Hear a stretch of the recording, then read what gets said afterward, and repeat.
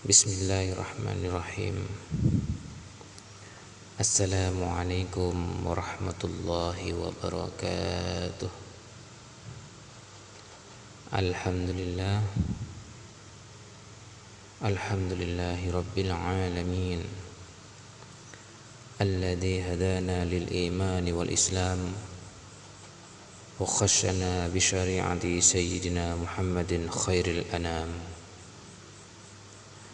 Wa as'aluhu salamata minan naqami wal wafati 'alal iman.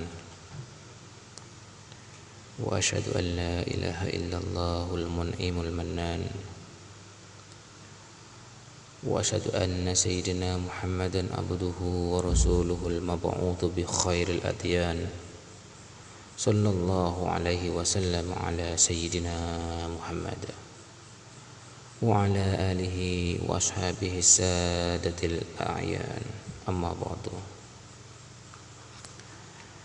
Saudara-saudaraku, seperti biasa, pertama-tama kita panjatkan puja dan puji syukur kehadirat Allah Subhanahu wa ta'ala, karena taufik dan hidayahnya kita masih diberi kesehatan wal afiyah dan bisa berkumpul dan juga bisa mendengarkan pengajian ini. Dan tidak luput pula sholawat dan salam semoga tetap tercurahkan pada junjungan kita Nabi Muhammad sallallahu alaihi wasallam. Saudara-saudaraku, marilah kita selalu dan seterusnya dan selamanya bertakwa kepada Allah dengan ketakwaan yang sebenar-benarnya, supaya kita semua diselamatkan dari siksanya. Sebab di dunia ini sampai di akhirat nanti memang penting sekali adanya rasa taqwallah di dalam hati setiap insan. Sebab taqwallah itulah yang merupakan sebagai kekang atau kendali hati. Artinya, tanpa kendali taqwallah itu, maka hati pasti mudah larat, bagaikan laratnya kuda yang terlepas kekangnya.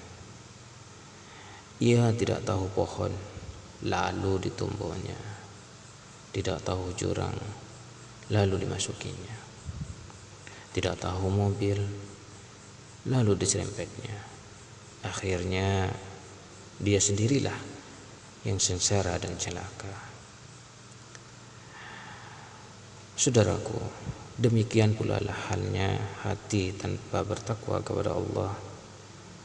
Keharaman dilanggarnya, larangan Tuhan diterjangnya, dan kemaksiatan dikerjakannya, kemungkaran dimasukinya, dan lain-lain sebagainya. Akhirnya di dunia saja sudah celaka, tubuh rusak, harta habis, keluarga morat-marit, keadaan rumah tangga kucar-kacir, sedangkan di akhirat kelak dilaknat oleh siksa yang lebih pedih dari Allah Subhanahu wa ta'ala, lebih menyakitkan dan lebih menyengsarakan tubuh, karena dimasukkan ke dalam neraka. Na'udzubillah min dzalik. Saudaraku, hari ini saya akan membahas tentang taat kepada pemerintah dan pemimpin. Bagi seorang muslim, wajib taat kepada pemerintah atau ulul amri terhadap sesuatu yang diperintahkan bagi dirinya, baik hal itu menyenangkan dirinya atau tidak menyenangkan, selama perintah itu bukan berwujud kemaksiatan.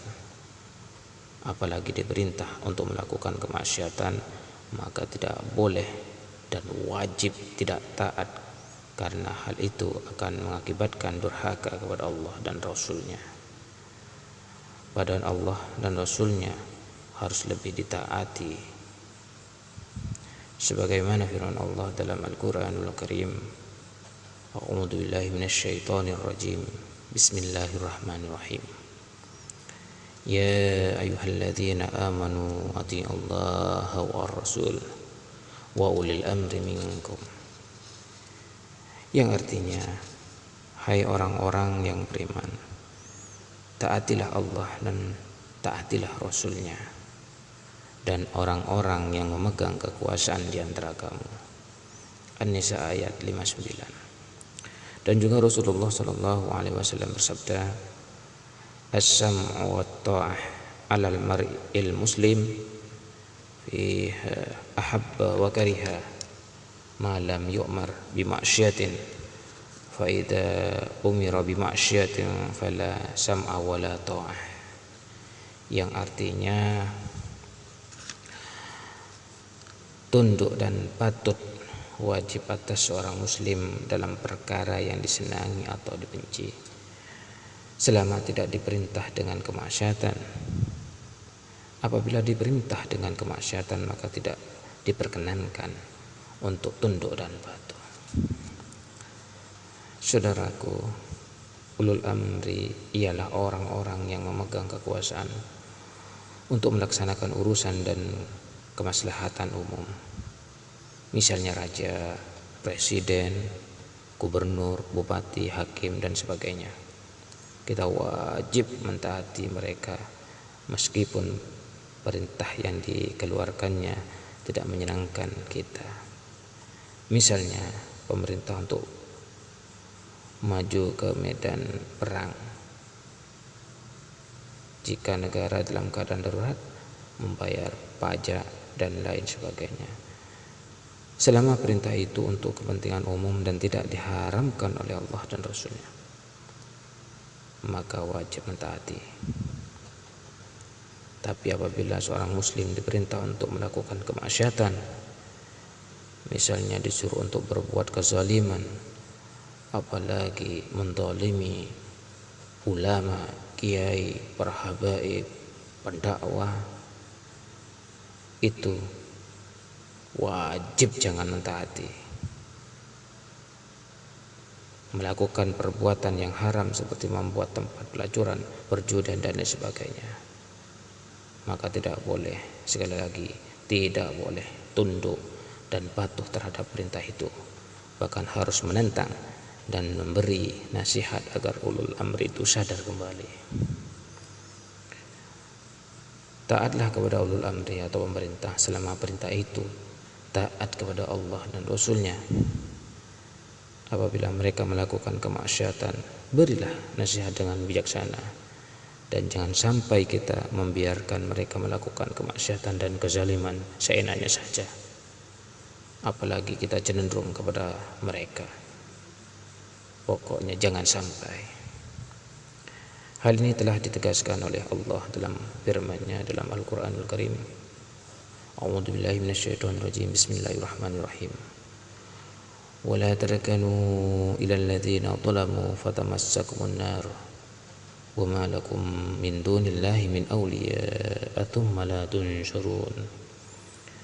Yang artinya, dan janganlah kamu cenderung kepada orang-orang yang zalim, yang menyebabkan kamu disentuh api neraka, dan jangan sekali-kali kamu tiada mempunyai seorang penolong pun selain daripada Allah, kemudian kamu tidak akan diberi pertolongan. Surat Hud ayat 113. Saudaraku, bila mana seorang telah diangkat sebagai pemimpin, berarti dia mengemban tanggung jawab yang memimpin anak buahnya. Seorang pemimpin rumah tangga bertanggung jawab terhadap anggota keluarganya.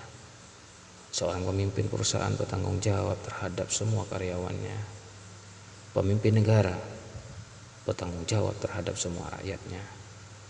Demikian seterusnya hingga terciptalah suasana bahagia, aman dan sejahtera yang dapat dirasakan oleh setiap anggota yang dipimpinnya, khususnya pemimpin negara.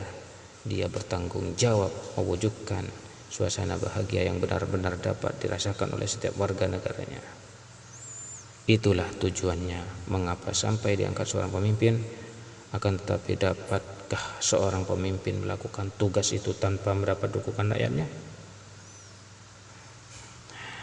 Untuk mendukung usaha yang menjadi beban pemimpin, harus ada partisipasi masyarakat. Mereka diharuskan taat kepada pemimpin. Segala perintah pemimpin harus ditaati dan dilaksanakan selama tidak bertentangan dengan syariat Islam. Kewajiban itu tidak boleh diingkari. Sebagaimana sabda Rasulullah SAW yang diriwayatkan oleh Imam Bukhari bersumber dari Anas radhiyallahu an, isma'u wa ati'u wa in istamala 'alaikum abadun habisan. Isma'u wa ati'u wa in istamala 'alaikum abadun habasyiyun kana ra'suhu zabibah, yang artinya dengarlah dan taatlah sekalipun yang diangkat atas kalian seorang budak Habasyah yang kepalanya bagaikan kismis. Ditegaskan pula di dalam hadis lain, Rasulullah bersabda, man ata'ani faqad ata'a Allah wa man asani faqad asallah wa may yuti'il amir faqad ata'ani wa may ya'sil amir faqad asani. Artinya, barang siapa taat kepada aku berarti ia taat kepada Allah. Barang siapa mendurhakai aku berarti ia mendurhakai Allah.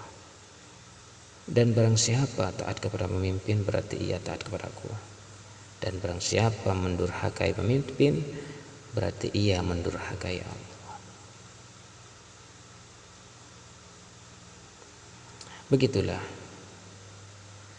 ketentuan yang diajarkan Rasulullah Shallallahu Alaihi Wasallam agar seluruh umatnya tunduk dan patuh kepada pemimpin. Tunduk dan kepatuhan mereka akan memperlancar usaha para pemimpin menjalankan tugasnya untuk terciptanya suasana bahagia dan sejahtera merata ke seluruh lapisan masyarakat. Saudaraku, Islam menghendaki ketentraman dan ketertiban hidup ini, baik individu maupun bermasyarakat. Untuk mencapai tuntutan seperti itulah diperlukan pemimpin sebagai pengatur ketetapan masyarakat. Oleh karenanya pemimpin ini memiliki tanggung jawab yang berat, sebab tentramnya tatanan suasana masyarakat banyak dipengaruhi oleh karakter pemimpinnya. Pemimpin yang berakhlak alim, curang, suka menipu rakyatnya, berarti secara tidak langsung ia telah berbuat kekacauan dan kerusakan di bumi ini. Perbuatan semacam ini di akhirat kelak ia akan mendapatkan siksaan yang pedih dari Allah, sebagaimana yang telah difirmankan oleh Allah dalam surat Asy-Syura, A'udzubillahi minasyaitonirrajim. Bismillahirrahmanirrahim. Innamas sabilu 'alal ladzina yudlimuna an-nas wa yabghuna fil ardi bighairil haqq ulaika lahum adzabun alim. Yang artinya, sesungguhnya dosa itu atas orang-orang yang berbuat zalim kepada manusia dan melampaui batas di muka bumi tanpa hak. Mereka itu mendapatkan azab yang pedih. Firman Allah yang lain, A'udzubillahi minasyaitonirrajim. Bismillahirrahmanirrahim. Wala tahsabannallaha ghafilan amma ya'maludz zalimun. Innama yu'akhiruhum liyaumin tashkhasu fihi al-absar. yang artinya, dan janganlah sekali-kali kamu Muhammad mengira bahwa lalai dari apa yang diperbuat oleh orang-orang yang zalim. Sesungguhnya Allah memberi tangguh kepada mereka sampai hari yang pada waktu itu mata mereka terbelah. Ibrahim ayat 42. Allah Ta'ala juga berfirman,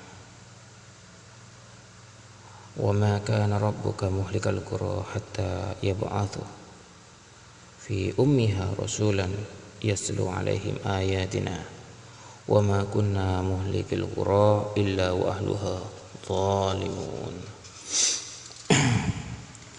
Yang artinya, dan tidak pernah Tuhanmu membinasakan kota-kota sebelum Dia mengutus di ibu kota itu seorang rasul yang membaca ayat-ayat kami kepada mereka. Dan tidak pernah pula kami membinasakan kota-kota kecuali penduduknya dalam melakukan kezaliman.